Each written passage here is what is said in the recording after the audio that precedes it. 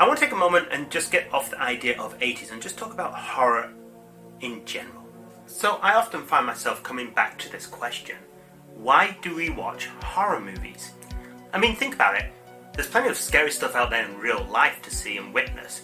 And also, if you saw something really scary like a monster, you'd run the other way. You know, the fight or flight complex, most of us will do the flight. Especially if there's some weird goblin monster chasing after you. But for some reason, when it comes to the movies, we actively pay to go get scared, to be grossed out, to be vomiting because of a certain scene. I mean, we actively pay for that. I mean, insert any, advert there, and we're paying to go see that. So why are we doing that? Why do we want to be scared?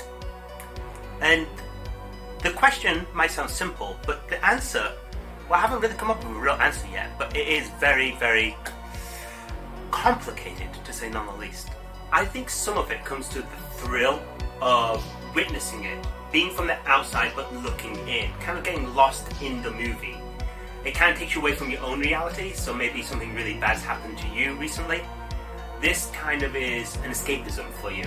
It allows you to see someone else's life that could be far worse than what you're going through, and therefore maybe make your life seem a bit more, nicer, to put it in a very simplistic term. There's something about seeing these thrills, and in some degree there is a kind of perversion to watching these scary horror movies. Like I said, first of all, they take us out of reality.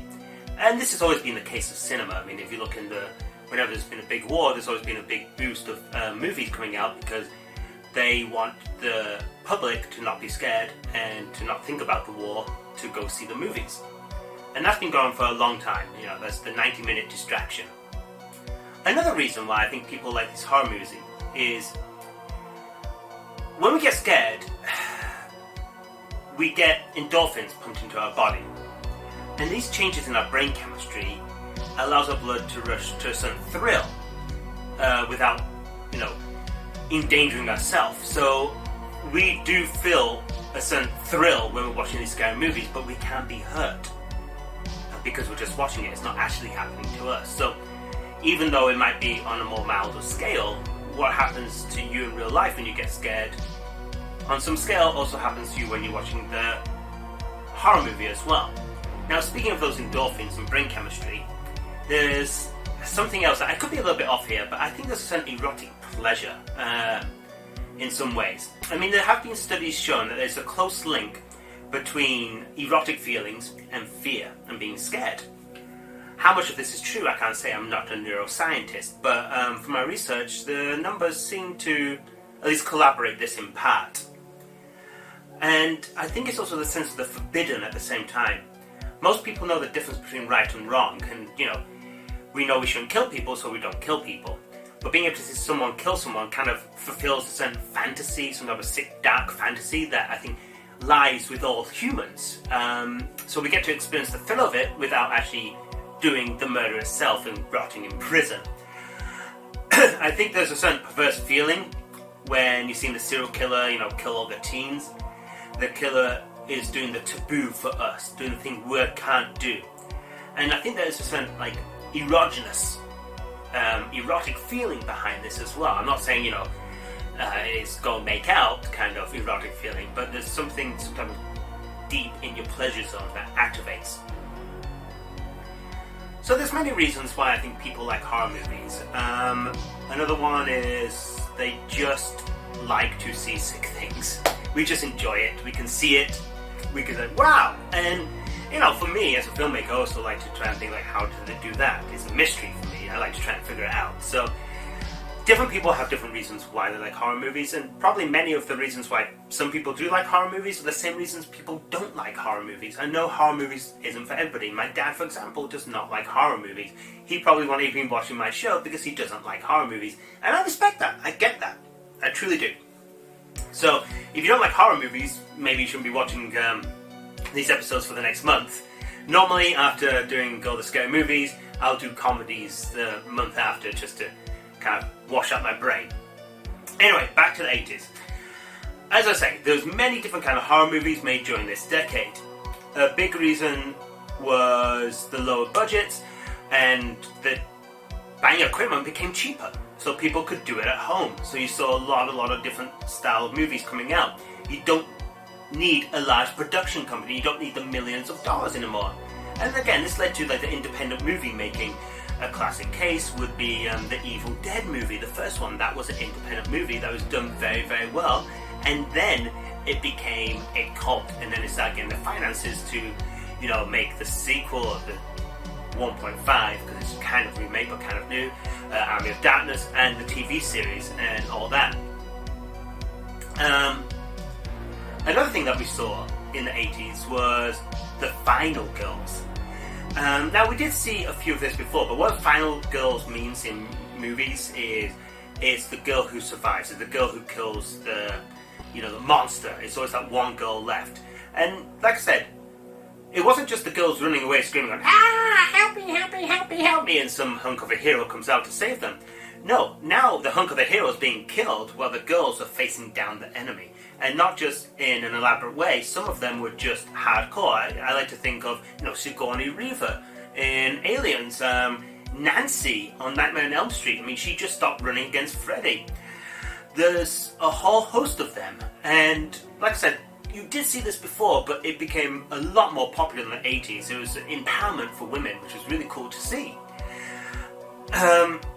This really helped revolutionize the female protagonist in movies, not just in horror, but I think it helped lay credence to the female protagonist in many other genres after that as well.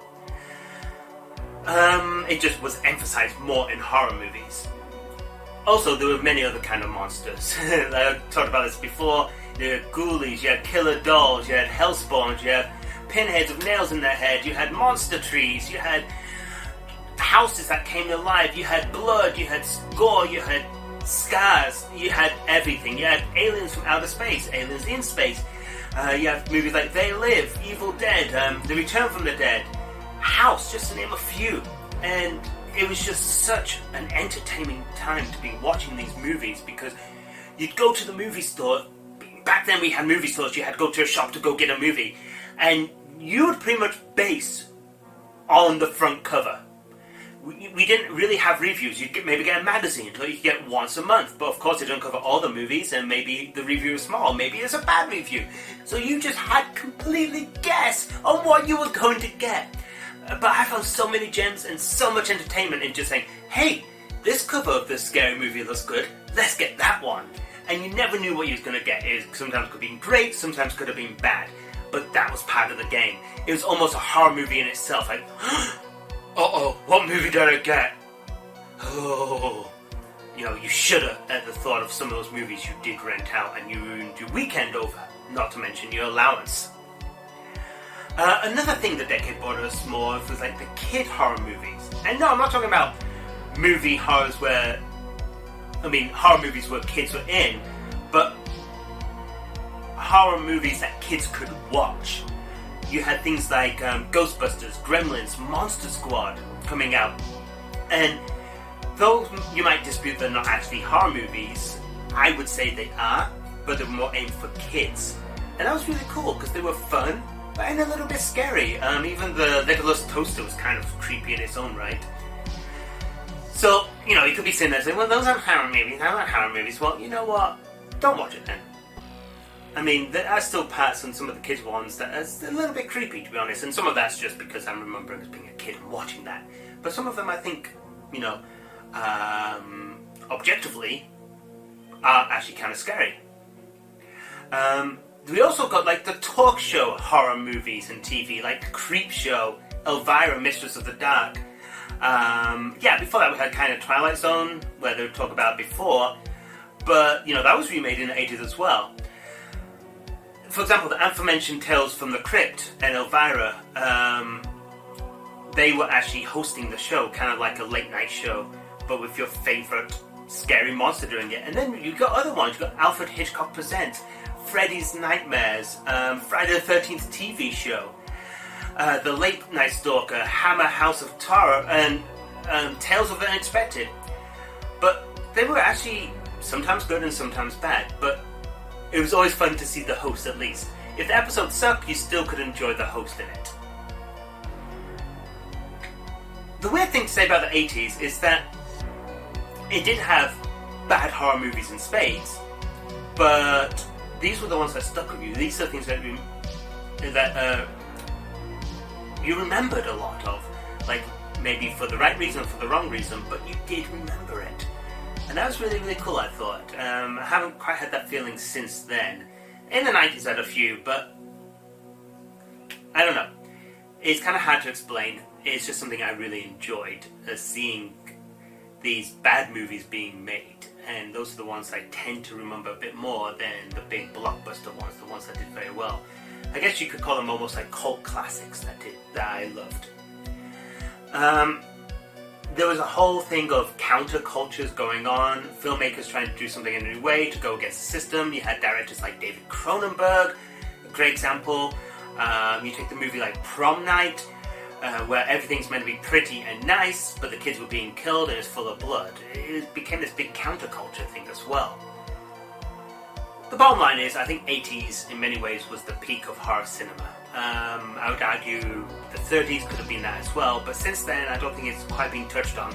Now, there might have been more horror movies made in the 2000s, but they weren't as entertaining, they weren't as original, they were just kind of remakes or just very dull to watch.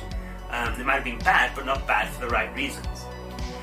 Now, like I said, I really, really, really wanted to do a thing with no green screen and no computer effects. I really wish I could do that. I might do that later where I just do all practical effects. But I need to get the equipment for that. So therefore, I hope some of you aren't too disappointed with this year's episodes. They might feel a little bit lackluster, but what I'm going to make up for in putting special effects, I'm going to do more in-depth analysis. Hopefully try and get more people to watch the movies than just entertain them with what I'm doing. I'll throw in a few skits here and there as well. Alright, so this was episode 1, and I'll see you tomorrow for the first review, my ghouls and ghosts.